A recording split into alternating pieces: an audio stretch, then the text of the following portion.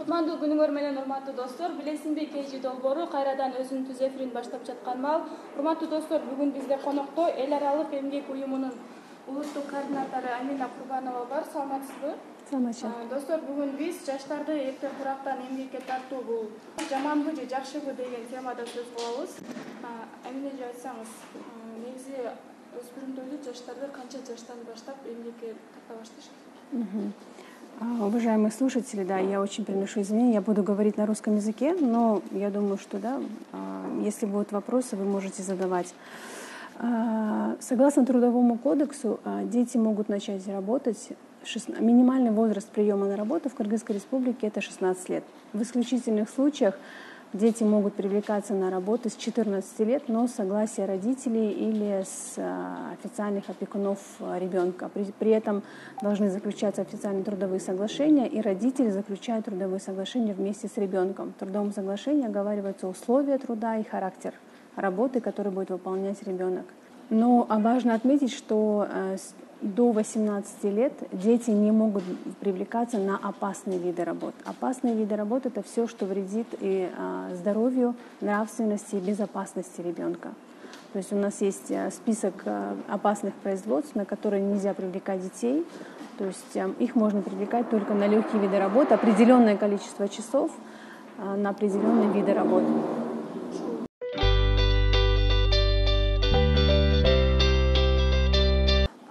Это хороший вопрос. Список на самом деле был принят еще в советские времена, и сейчас его необходимо пересматривать. Списка опасных видов работ, к сожалению, сейчас у нас нет в Кыргызстане. Сейчас Министерство труда совместно с партнерами, с другими, с гражданским сектором работают над разработкой этого списка. То есть, вот, например, допустим, но по классификации МОД, то есть такие сектора, как экономики, как сельское хозяйство, строительство, горнодобывающая промышленность, все относится к опасным секторам. То есть все работы в этих секторах, они считаются опасными, потому что это поднятие тяжести, это работа при высокой и низкой температуре и так далее.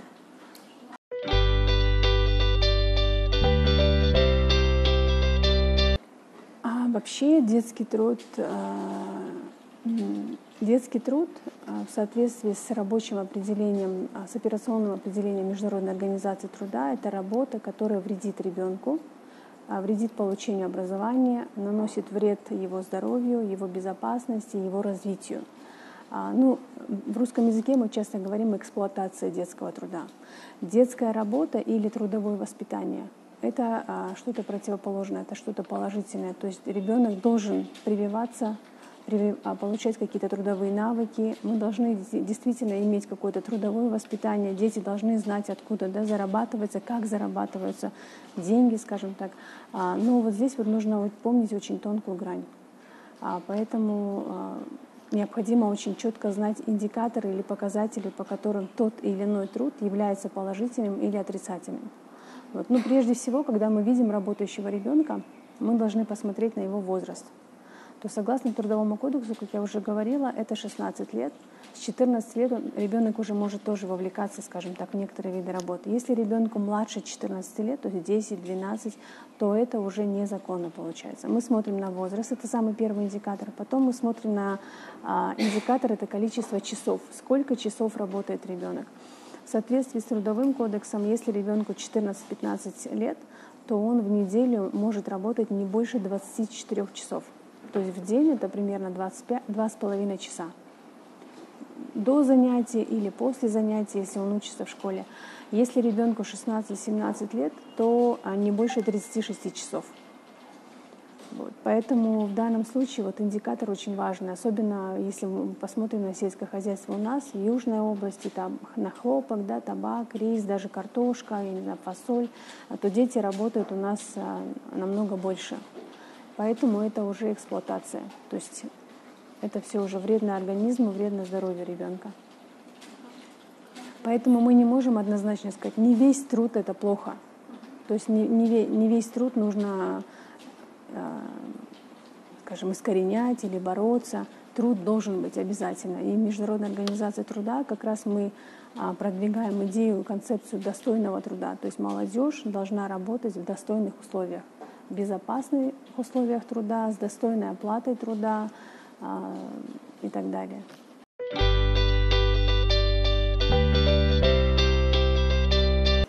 Да, это, скажем, такой классический вопрос. Конечно, в таких ситуациях необходимо обратиться в органы социальной защиты. Потому что если ребенок один, и он действительно является кормильцем, единственный человек, который помогает в семье и находит работу, то ему необходимо обратиться в органы социальной защиты, и они должны будут ему помочь. По крайней мере, если у него есть, к сожалению, мы не полной информацией владеем, сколько лет этому ребенку и какая ситуация в семье. Если родители, скажем так, лица с инвалидностью, то они имеют право получать пособие. А потом нужно посмотреть, где он работает. Он просто сказал, что на тяжелых видах работ. Какие виды работ? Обычно основная стратегия — это соцзащита должна помочь подыскать ему альтернативный вид занятости. То есть чтобы ребенок продолжал работать, продолжал получать деньги, зарабатывать деньги, содержать семью, но в то же время, чтобы у него был доступ к школе, к образованию, и в то же время, чтобы это был более-менее безопасный труд. Поэтому безвыходных ситуаций нет. Моей рекомендации, чтобы он пошел в органы социальной защиты, и там ему должны каким-то образом оказать помощь.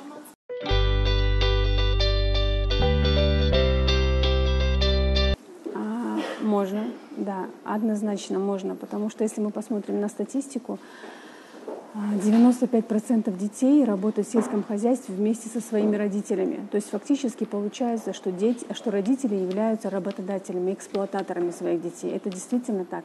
Поэтому однозначно мы можем назвать, и поэтому очень большой компонент, и в этом случае как раз масс-медиа играет очень большую роль в повышении информированности, потому что иногда родители просто не задумываются или не знают о том, какие риски, опасности есть именно ранней трудовой деятельности для детей. Потому что дети — это все-таки до 18 лет, организм, он растет, он еще не окреп. Все системы репродуктивная, ферментная, терморегуляторная система, она все еще в процессе формирования. Поэтому любое вмешательство, скажем так, извне, оно отрицательно сказывается на физическом развитии ребенка.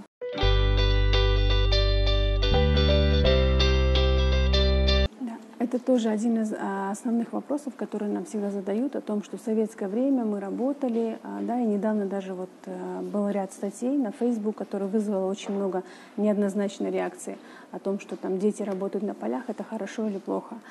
Во-первых, я хочу сказать, что не все, что было в Советском Союзе, это правильно. То есть на самом деле элемент эксплуатации детского труда, он присутствовал.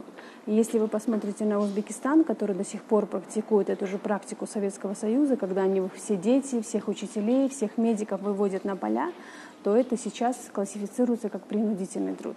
Поэтому аргумент о том, что мы работали и ничего не было, он не должен работать. Это первое. Во-вторых, когда работали наши родители, они работали в совершенно других условиях. Всегда был доступ к чистой питьевой воде, был доступ к питанию, доступ к медицинским услугам. Дети не пропускали школу, то есть за этим всегда следили. Сейчас за эту ситуацию не мониторит никто. То есть дети не имеют элементарного доступа к чистой питьевой воде, соответственно, эта нагрузка, отсутствие правильного питания, оно еще больше воздействует на организм. Есть дети, которые никогда в жизни не ходили в больницу, не проходили медосмотр. Мы проводили оценку, медицинскую, гигиеническую оценку труда детей.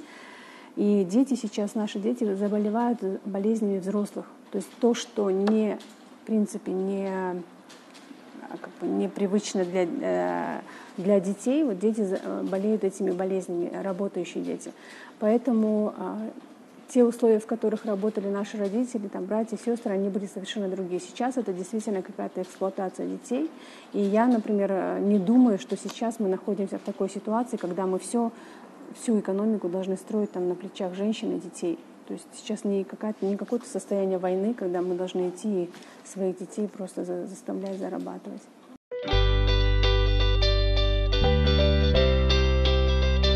Да, в этом случае необходимо, в этом случае во-первых, нужно посмотреть, заключал ли трудовое соглашение этот ребенок, подросток.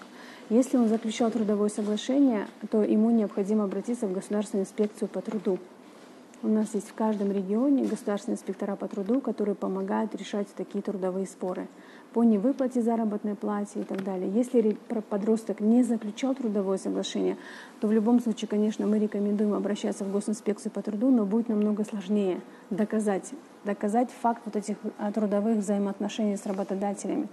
Поэтому вот я тоже призываю вас, как средство массовой информации, больше говорить о трудовых правах, особенно в летний сезон, когда дети все хотят поработать, обязательно заключать трудовые соглашения, потому что в конечном итоге очень многим не выплачивают зарплату. То есть они месяц-два поработали, даже официанты, даже те же самые студенты, молодежь, в результате им могут не выплатить. Вот для того, чтобы как-то на работодателя воздействовать, нам нужны трудовые соглашения подписывать, заключать. Уақыттың аяғында демалысты жиынтықпасақ, ошондо өспүрүмдөрдүн иштегени жакшыбы же жаманбы? Анан биздин өспүрүмдөргө каалоо тилегиңиз кайрылуу сөз. Я не могу сказать однозначно, это хорошо или плохо, потому что это все зависит от того, что мы понимаем под работающим ребенком. Если работающий ребенок это ребенок 14 лет, он помогает, имеет трудовое соглашение на каких-то легких видах работы, то, конечно, это всегда приветствуется. Работающий ребенок это хорошо. Но если работающий ребенок это 13 или 5 лет или 6 лет, это на полях, при этом он не посещает школу и болеет, постоянно какими-то заболеваниями, то есть это уже эксплуатация детского труда. Поэтому здесь, когда мы вообще говорим про проблему детского труда, это всегда, с двух сторон нужно смотреть. То есть если мы видим работающего ребенка, скажем, он продает газеты, то мы не можем сказать, это хорошо или плохо. Нам нужно изучить условия труда. Сколько ему лет, ходит ли он при этом в школу, успевает ли делать домашние задания. Если он работает со своими родителями, ему 14 лет, хорошо, пусть он продает эти газеты. Но если ребенок стоит на перекрестке, и там есть риск того, что его собьет машина, или есть риск насилия со стороны взрослых, то, конечно, это уже детский труд. Да? Я надеюсь, что я смогла на русском языке донести информацию. Урматтуу достор, бизде конокто эл аралык эмгек уюмунун улуттук координатору Амина Курбанова болду. Амина эже, сизге чоң рахмат. Достор, мен силер менен коштошом. Кийинки берүүгө чейин саламатта калгыла.